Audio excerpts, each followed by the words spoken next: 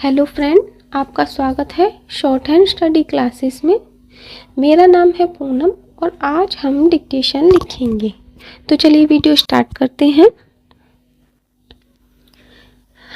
ये डिक्टेशन उन स्टूडेंट्स के लिए है जो अभी सीख रहे हैं। जैसे जैसे हम चैप्टर वाइज चैप्टर आगे बढ़ते जा रहे हैं वैसे वैसे डिक्टेशन का लेवल बढ़ता जा रहा है। और एक बात मैं आपको और बता दूं, इस डिक्टेशन की आउटलाइन को मैं स्क्रीन पर लगा दूंगी, आप वहां से आउटलाइन को भी देख सकते हैं। अच्छा चलिए अब डिक्टेशन बोलना स्टार्ट करते हैं।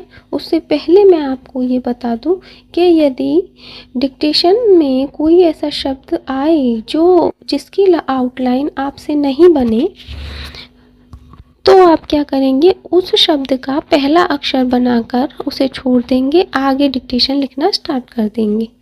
ठीक है, तो चलिए मैं डिक्टेशन बोलना स्टार्ट करती हूँ। स्टार्ट।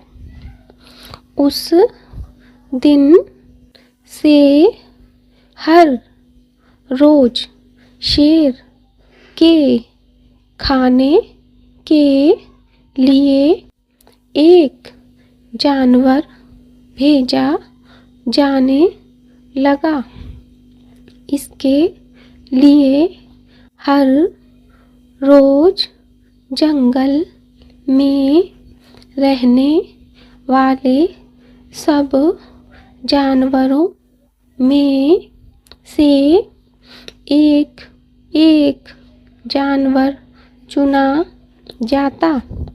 एक एक कर सब जानवरों की बारी आती रही और फिर एक दिन खरगोश का भी दिन आया। शेर के भोजन के लिए एक छोटे से खरगोश को चुना गया। वह खरगोश जितना छोटा था उतना ही चतुर भी। उसने मन ही मन सोचा, शेर के हाथों ऐसे मरने का क्या फायदा होगा।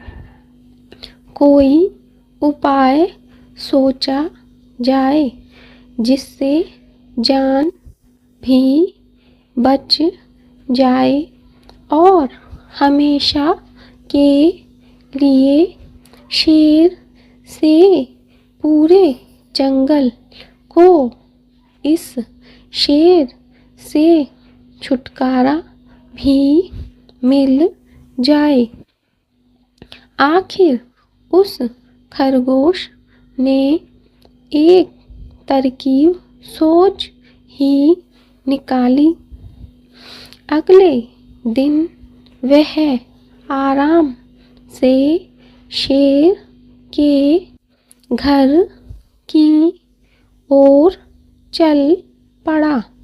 जब वह शेर के पास पहुंचा तो बहुत देर हो चुकी थी।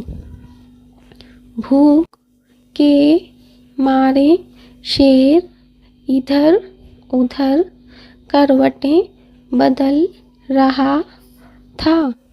जब उसने सिर्फ एक छोटे से खरगोश को अपनी ओर जाते देखा तो गुस्से से गरजकर बोला, तुम जानवरों की इतनी हिम्मत कि एक छोटे से खरगोश को मेरी भूख मिटाने के लिए भेजा है। ऊपर से तुम आए भी इतनी देरी से हो।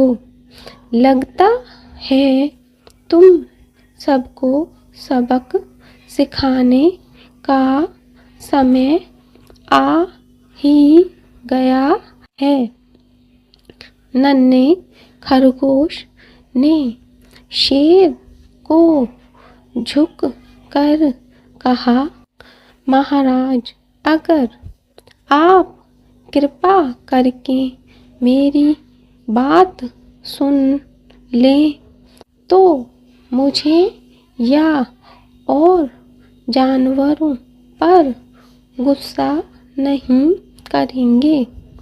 हम जानते थे कि एक छोटा सा खरगोश आपके भोजन के लिए पर्याप्त नहीं रहेगा, इसलिए आपके भोजन के लिए 4 खरगोश भेजे गए थे। स्टॉप।